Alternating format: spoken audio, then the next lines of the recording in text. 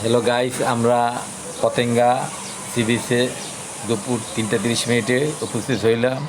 ইহা চট্টগ্রামে অবস্থিত, কক্সবাজারের পরে ইহা দ্বিতীয় সমুদ্র সৈকত।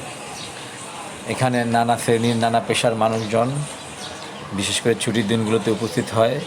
আমরাও পরিবার সহ অন্যান্য আত্মীয় স্বজন সহ 14-15 জন উপস্থিত হয়েছিলাম এই বিনোদন কেন্দ্রে।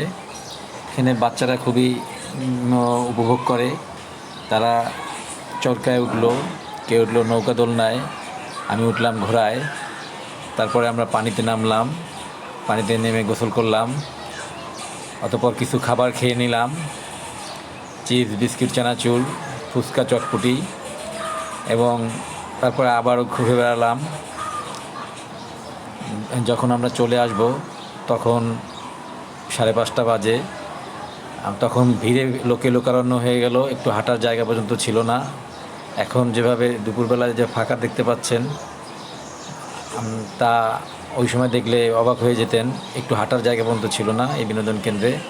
সুতরাং আপনারা আসুন এবং বিনোদন কেন্দ্র উপভোগ করুন। চট্টগ্রাম